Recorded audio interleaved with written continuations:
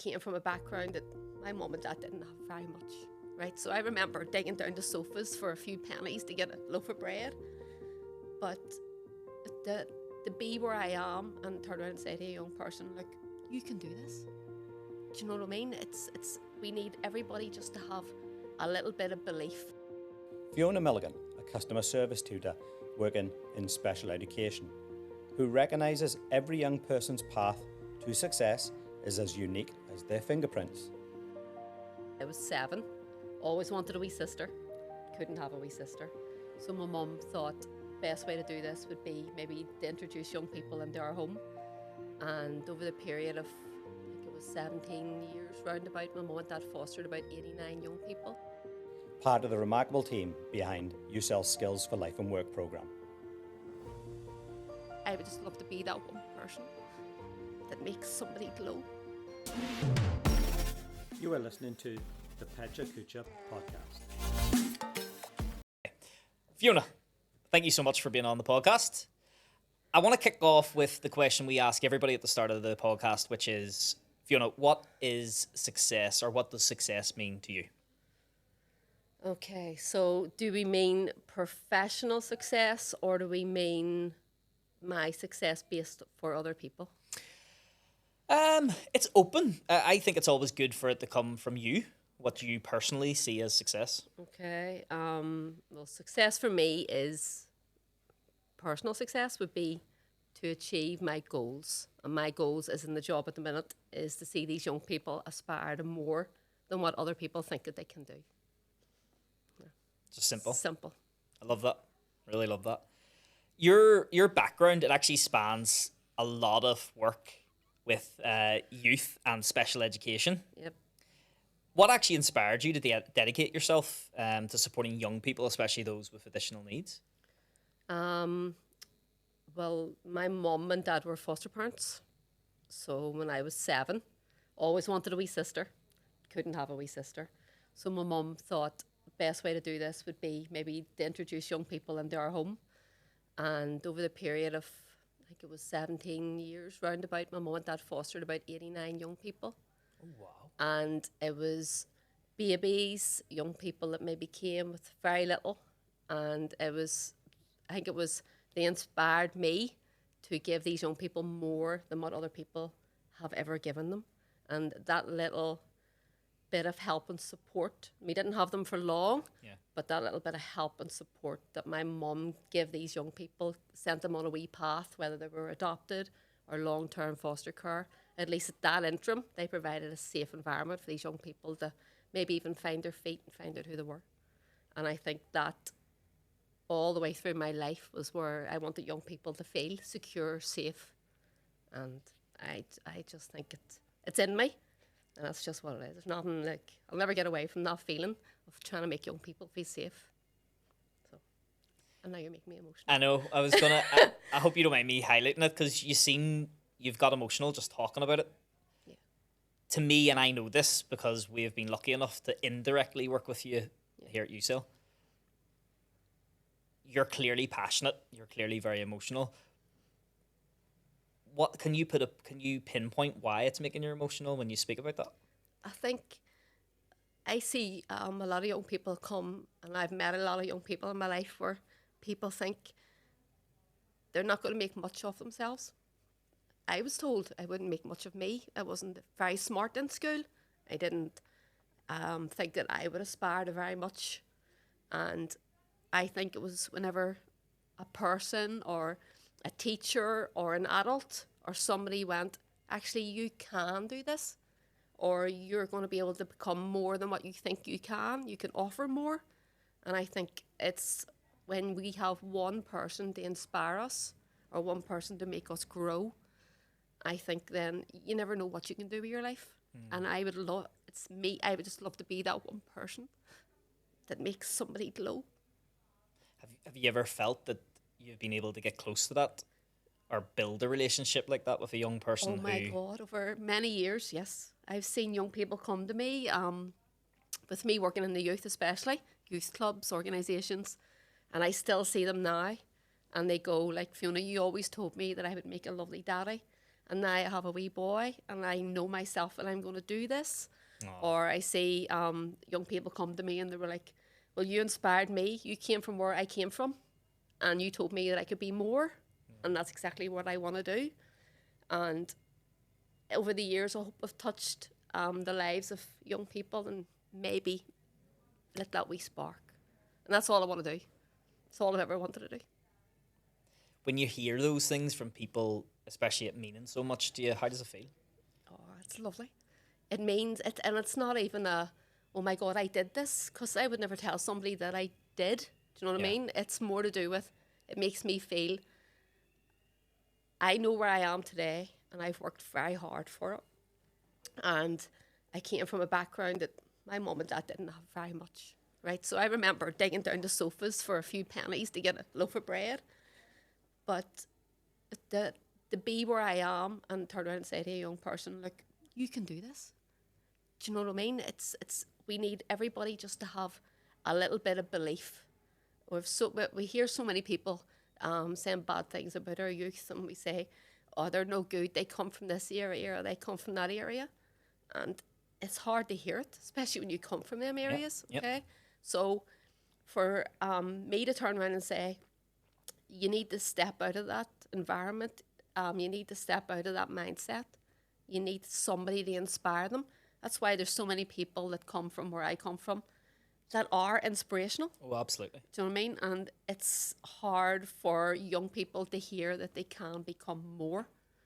Yeah. So it's just lovely whenever you hear someone and they're going, I was able to do that, or Fiona put me on the right path, or I didn't know where I would be, and it's nice to be able to hear it.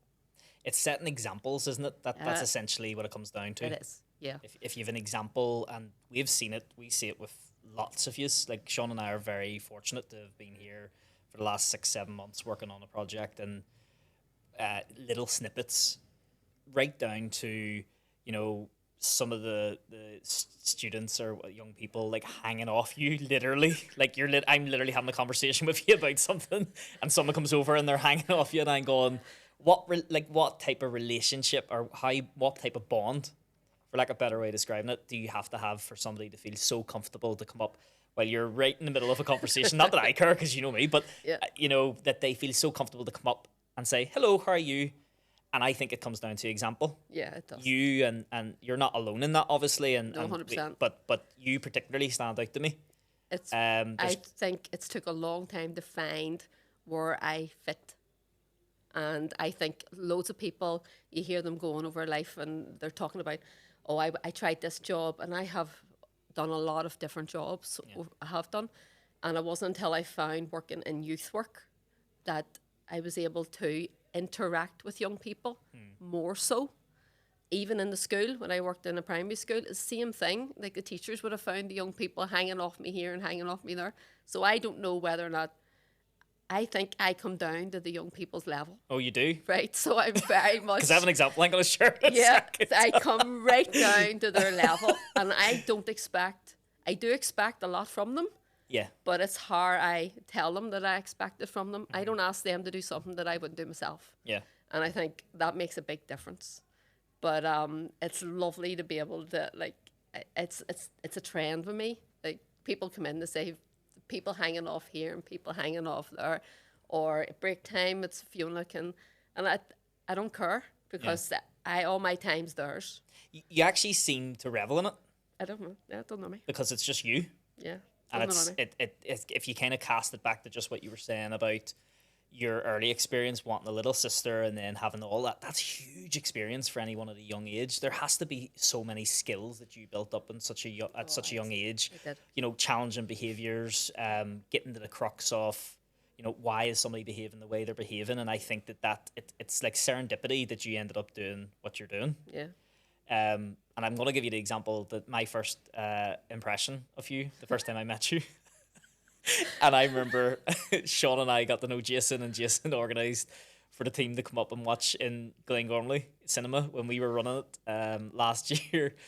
And I just remember Well, firstly, you came bouncing through the door, dressed to the nines for this. I can't remember what it was, but it was like a checkered thing you were wearing. Two-piece with checkered and white, the day one, day belt. I'll never forget. So fast forward to the end, and when the bus came, and I'd never met you, and we never spoke before, but I just thought she's brilliant. Because I remember I was on the phone to Sean later going, I don't know who that lady was, but she was right up our street. Because you were standing inside the cinema while everyone was on the bus, dancing up and down, keeping them entertained until the bus left. And I just remember thinking, you are exactly where you should be. Yeah, it should be. And having been lucky enough to have some conversations working indirectly with you here in Usel, it just matches your personality, your energy. You know, I know, is it a Friday you would sit and you would do your online calls? Yeah. And I know we would have only maybe been walking past to go down for lunch or whatever, but I could hear the passion. Yeah. I can hear the, having a little bit of experience around teaching. I can tell you that when you're given feedback, for me anyway, it's so important to give valued developmental feedback. It is. And some of the things that you're saying, when even in 10 seconds, I can hear it. I can hear the passion. And Sean always jokes with me and says, "Oh my God, you're not saying that quote again." But it's that Maya Angelou quote of people won't remember what you said, and people won't remember what you did, But it's how you said. but they'll remember how you made them feel. Yeah, And I think that epitomizes you a little bit. I Yeah. think you make people feel that it's okay to have fun in any 100%. circumstance, but also that there's a time to be serious and 100%. take yourself seriously. Yep. We could 100%. go around in circles all day long here. So I suppose from this experience that you've gathered with regards to skills for life and work programs and working with people with additional needs, can you share a success story or a particular memory or a particular memorable experience from the skills and life and work program that highlights its impact for people? So is there something that stands out to you throughout the time you've been working on that Oh program? my goodness, there's so many. I think what makes this program is the staff first. The young people, I don't think, would develop as much or have the experience that they have without the staff. Our manager is brilliant because what Claire does is Claire gives us carte blanche, the right word, right? Where we can have the ability to look after these young people in a specific way that brings the best out of them. And that's what it's all about. But like, I had a young person who wouldn't even have a phone call, wouldn't answer the phone, wouldn't make a phone call, wouldn't get on a bus. And now I see this person phoning doctors, phoning taxis, getting buses to and from specific occasions. And that's just, I know the people go, that's only getting the bus, that's making a phone call. But that's not making a phone call and that's not getting the bus. That's a person with anxiety getting on public transport, speaking to somebody that they don't know at the other end of the phone. And that's just one example.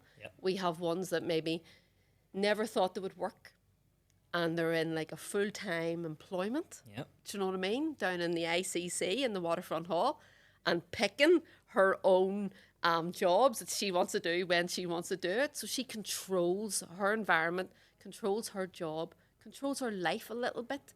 You know what I mean? Has her own money coming in, can do whatever she wants. Another young fella down in the gym. The stories, there's big and then there's small wins. And the small wins are just as important as the big wins. We've also got somebody who came back and is now working with us. Like, they're all successes in their own wee way. Do you know what I mean? And there's ones that maybe weren't ready for the work placement, but with all the links that we do have, or maybe with another organisation that we work with, and going down there once or twice a week, or doing dance. One young girl ended up down in the Mac Theatre the week before last, dancing in front of 150 young people. Yeah, with Youth Action. That's awesome. And Corey would never have thought of wanting to do that.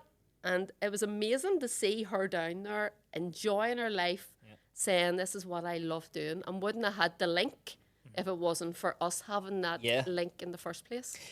I suppose it's important to highlight Sean and I's experience of UCell before we became engaged working with it, the organisation there last year. So having those ties with Movie House, we used to run a site in Odyssey, So we've had a long-standing relationship with Usel, and we have been, from an employment perspective, building a relationship for a long time. We had one guy, Jason, who was with us. Yes. And Jason genuinely, and unfortunately many organizations would say, look, we don't have the time or the resources. And for us, we seen it as a genuine pleasure to bring people in and give opportunities. And of course, there's impact training close by and with additional needs as well for people coming in. And I have to say, Jason in particular stands out to me because, number one, as you know him, his personality, he's like a bright light.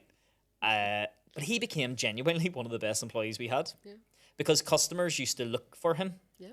especially customers who would have been in regularly on a week-by-week basis, like hers coming in with people, and where's Jason? Because he'd be standing yarning with them, and watching him come in with the eagerness that you hope everybody comes into the workplace with.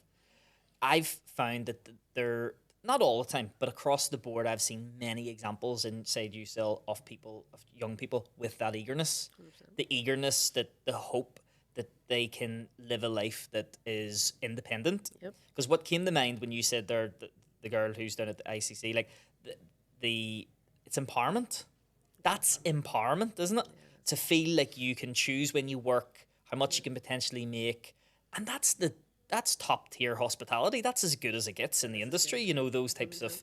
And I think it's important to say that you will have played a big part, I imagine, in getting that person there. Yeah. So it's something to be proud of, No, I for know. sure. And you see it. It's pride in the sense that you've been part of it. But I never get the sense of you're like, I done that. No. Because it's about them, isn't it? But I never did it, you see. I made it give them the opportunity or link them to the opportunity. But those young people wouldn't be in the position they are unless they worked flipping hard for that. Yeah. You know what I mean? And I think that's what happens. A lot of organisations are afraid of giving that opportunity. And I don't think they realise just how much benefit these young people bring to their organisations. I suppose we're talking about blue sky thinking and real examples, but I'm sure it comes with challenges, and with those rewards comes those challenges. So working with young people, obviously with disabilities, does unique challenges and of course those rewards that you've mentioned. But could you discuss a challenge you've overcome, and what you found most rewarding about overcoming it? A challenge for me, or a challenge with the young people? Let's stick with you. Challenge in my job at the minute. With the because you mentioned there, getting people to that place. It's amazing, right? Yep. But there has to have been barriers. I've a little bit of experience in comparison to you with regards to this type of work, and I could see in that period of months the amount I've learned about those little things. People walking in, haven't had to get the bus, and they're physically shaking. Yep.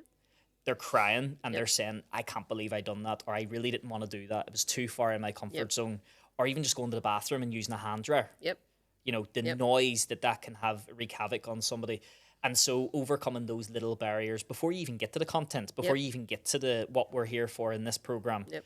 And I personally think that that's where the big leaps that people take and they get to. So when you are faced with those challenges, is there any one that stands out to you? Right. So I wouldn't say it was barriers or challenges. Mm-hmm. To me, they're stepping stones. Okay. And baby steps. So if you put a word in like a barrier, there's always a chance you're not going to get over that barrier. Mm. Or if you put a word in as a block, the chances is you're never going to get over that block. But if you always try and convince the young people that it's a stepping stone, they're baby steps. Yeah. And that's how I always do it. Just rephrase it. Even making a phone call with one of the young learners, it was more, so it's the first phone call they ever made, I was with them. They were on voice, right? Yeah. So that's the support. Yeah. Right? The second phone call, I was with them, but they weren't on voice. They were on the phone, right? The third phone call, maybe they were in a room and I was outside the door. Yeah. So it's baby steps. Yeah. Right? And those baby steps to us mightn't be big things, but to them they're major. Yeah. And it's only getting past the baby steps are they going to achieve their goal. Mm. So to me, it's not the word, it's the wording. It's all about how you present the challenge to the young person and how you let them know there's a way over this. Yeah. Do you know what I mean? Everybody faces these things. It's just how we're going to get through it, and we're going to get through it together. Yeah. I seen a lot of that throughout the last load of months about rephrasing or reframing situations. You know, you want to push people out of their comfort zone enough that they still feel psychologically safe, but at the same time you can push people a little bit too far, and it's about coming back to, because I think I remember there was one day in particular I came down to you and Jason and I said, is it normal to feel like you haven't done a good job? And you both started laughing. And you're like, yep, every day. Yeah. Every day. Yeah, I know. You have to have small wins. Yeah. In this job, you have to have small wins. And even if that small win is getting a young person with dyslexia being able to read, or getting a young person with dyslexia being able to write, it's a small win. Do you know what I mean? If a young person's afraid of reading out and you get them on top of a PowerPoint and they're starting to read a PowerPoint, it's a small win. If everything else is falling the pot, it doesn't matter. Yeah. You just have to, and you have to acknowledge those small wins as you're going along, because then all of a sudden the small wins become bigger and bigger and bigger. Yeah. You know what I mean? They're and part of it. Yeah, and you have to let them know. Oh, yeah. I always believe in positive reinforcement. Always believed in positive reinforcement, and it does work, especially with the young people that we work with. You always have to acknowledge the wins. Yeah. The personal development side of this, obviously, with the program, it emphasizes personal and development needs along with employment skills. Yep. How do you approach tailoring that support for each participant's unique needs? So I always find out where they want to be as soon as they walk in the door. Okay. Right. So Jason, I'll tell you, first years I had them. Where do you want to be? What do you want to work as? It is an employment program, so it is steps to employment. Yep. So everyone should have a goal of where they want to be. So then once you find out where that wants to be, me and Jason try and fit them in the right vocation. So there's ones that maybe want to work on computers, so they need to be in that digital. But there's ones that want to work out with the public, or there's ones maybe want to work in customer service, and then we need to steer them towards that. They might know they're being steered. Yeah. There's a Gentle big push. picture to this. Yes, it's a gentle push. Yeah. And then we're fighting over, no, they're with me, no, they're with me. But it's all about trying to then adapt that learning style and their learning need for whatever they want to achieve. And there's some people maybe that are ready to go straight into a wee placement. Yeah. They have that ability. Yeah. And then there's others maybe that we need to work on just a wee bit longer, give them a wee bit more confidence, a wee bit more skills, and then eventually getting them into that placement.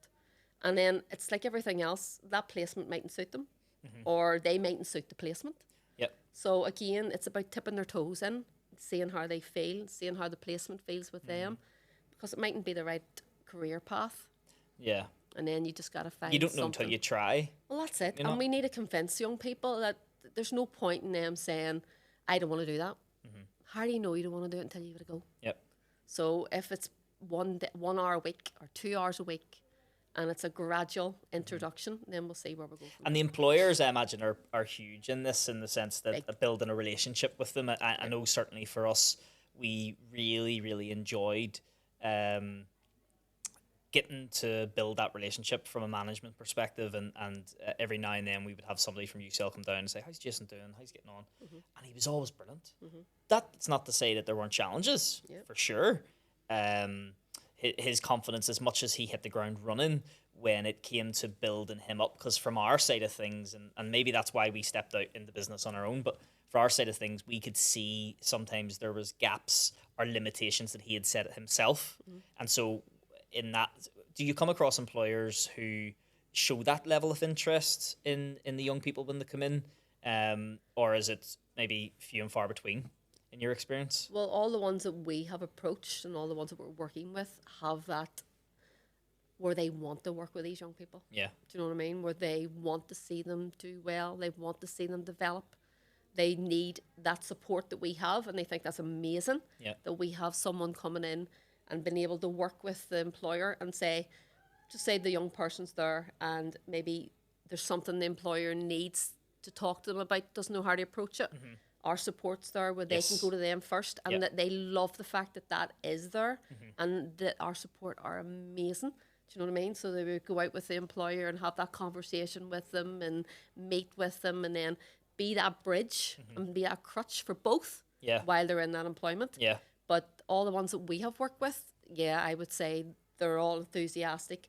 But if it doesn't fit, then they'll try and find something that does fit. Because it's like you never know what's going to work until you try it. So if we put a young person in somewhere, but they don't seem to match up or it doesn't seem to work, then there's always opportunities with the company. And they've come back to us and went, look, maybe they're not right for this, but let's try this. Yeah. And it does work.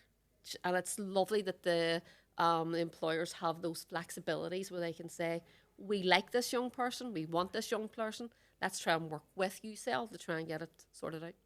I don't think there's many people better placed to answer this question, but for you, looking forward for Yeah. the future of what you do, how do you see the landscape of support for young people with additional needs evolving? And are there any trends or changes you're particularly excited about or maybe even concerned about? How would I see the support?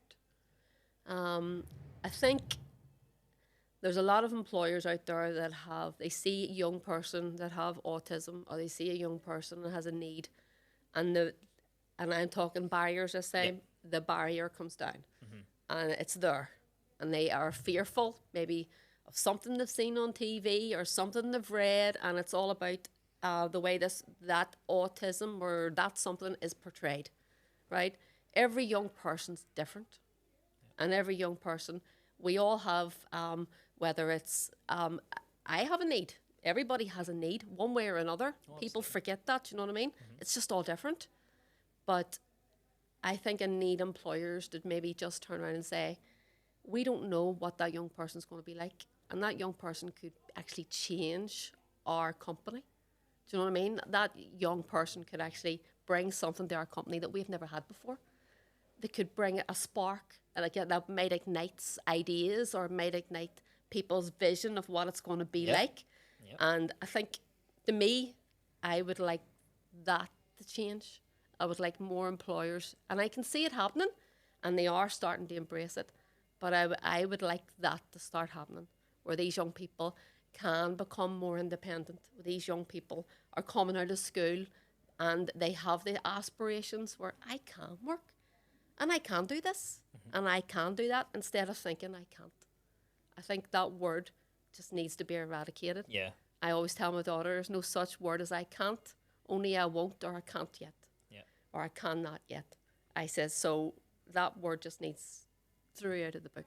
Young people can, they just need the right person behind them to push them and the right inspiration and motivation to do it. Yeah. Totally. And look, working with employers on a regular basis from the work that we do in Core Impact, I find that it can be fear that gets in the way.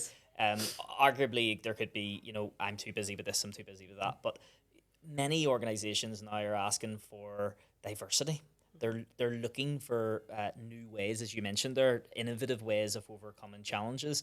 In my experience of bringing people in from UCell and other organizations, they will look at challenges completely different, and in fact may find a solution that seems out of the box, but it's much more fitting to the scenario. And from my experience, I can only speak highly of having that neurodiversity within the team. We fell into the category, and we're working with leaders every day, and recruitment right now in the world is, especially this part of the world, is really tough. We're working with leaders who are working in recruitment agencies, and they're telling us, I used to, before COVID, have 60 people lined up outside the door. I can get 6 people signed up and barely 3 will turn up for interview now. And what we're telling them is, you need to open the windows a little bit, open the blinds a little bit, and realize that maybe you're being too narrow in your search. And we found that we definitely fell into that category where we were employing people that were similar to the people that we had, because we were trying to get everyone to get along. When in fact, that's the complete opposite of what you should be doing. Surely you want everyone to get along, but in terms of creating a diverse group, there's huge opportunity here. And I love what UCell's doing and what you're doing, and to align the best people for roles that maybe they didn't even think, or the employer thought that maybe they didn't suit. See, I think what happens is organizations forget that these young people have grew up with challenges. So that word is not alien to them. So when you mention a challenge, they live with a challenge every Yeah. single day. So putting another challenge there maybe is not that much. Just another day. It's another day. It's So, a very interesting point. you know what I mean? It's a very interesting point. In terms of advice for educators and support workers, for those aspiring to work in special need education or youth support, what advice would you give based on your experiences and what you've learned? You have to have a certain, it's not even personality. You have to want to do it because you want to do it. Yeah. You can't turn around and say, "Oh, it's a job. I'll get paid for it," because you don't get paid that much. Yeah. Yeah. You have to love it. There has to be more in it. There has to be. The reward is not the wages. The reward is that you can come out every day and go, "I made a difference." That you can come out every day and you can say, one person feels better about themselves than they did yesterday. Yeah. Or that you can come out and hate being off, because I love being in work. Yeah. So the fact that you're eager to get into work and wake up every morning and say, "I'm ready for work," means that you're in the right job. Yeah. But if anybody wants to do it, I would tell them to do it. If you have that right spark and you have the right attitude for that kind of job, to work with those young people, that you want to do better for them, not for yourself, you want to do better for them, then go for it. I love that. It wouldn't be like Jason for us to do a podcast that didn't include some sort of AI, especially Chat GPT. Right? So we took all the information that's available in the world about you. It's not much. We put it in the Chat GPT and we said, give us a question that we could ask Fiona. Oh, crumbs. So this is from our good friend Chat GPT. Your academic background in history and children's rights is fascinating. So says ChatGPT. Oh, I agree. well done. How do these areas impact your current work? And do they inform your approach to education and support for young people? Actually, yes, 100%.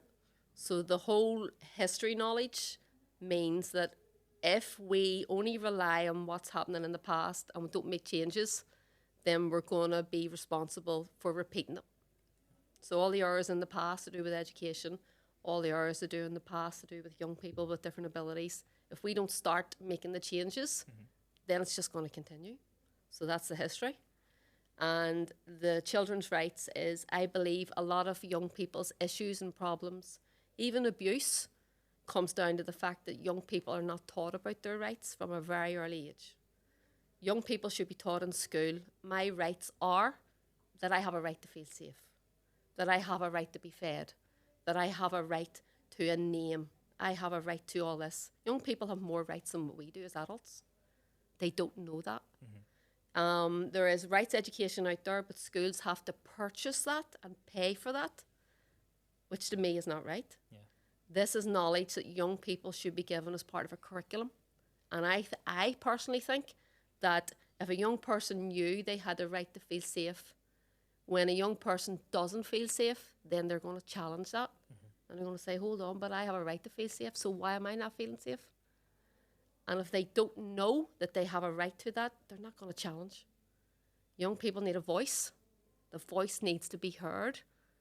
But if they don't know they have a right to a voice, then they're never going to be heard.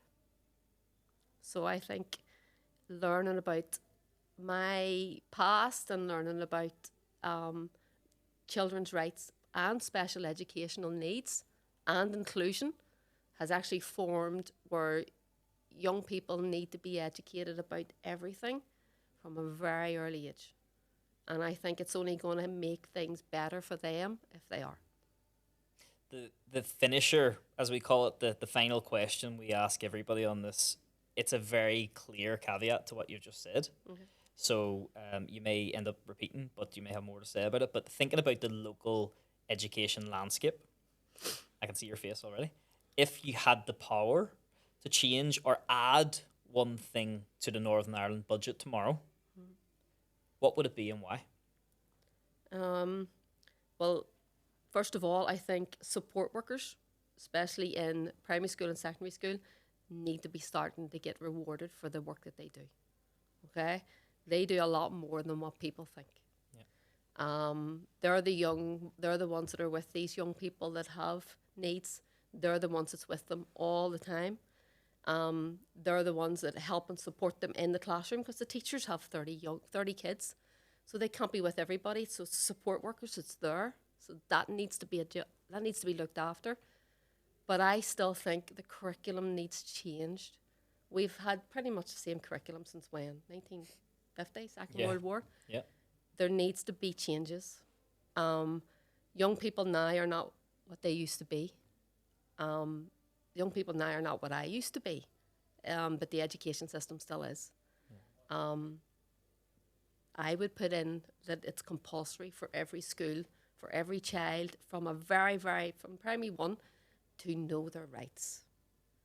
And I can see historically a lot of things that happened to other young children over the years would not have happened if those young children had have been educated on what they should be, have a right to do, or have a right to feel. And I think that, especially, there is cases now where these young people can't speak for themselves because they're no longer here. Yeah. But if they hadn't known that they should have had a right to feel safe and be fed, then they mightn't have had the story or the past experiences that young people might have had. And I think going forward, this is where we need to be. We need to start teaching these kids that they have a voice, and we need to start listening. Fiona, I think you're an excellent ambassador for young people and those with us that have special educational needs. And anyone that watches this, or anyone who's in the room, you can feel it. You can feel your passion.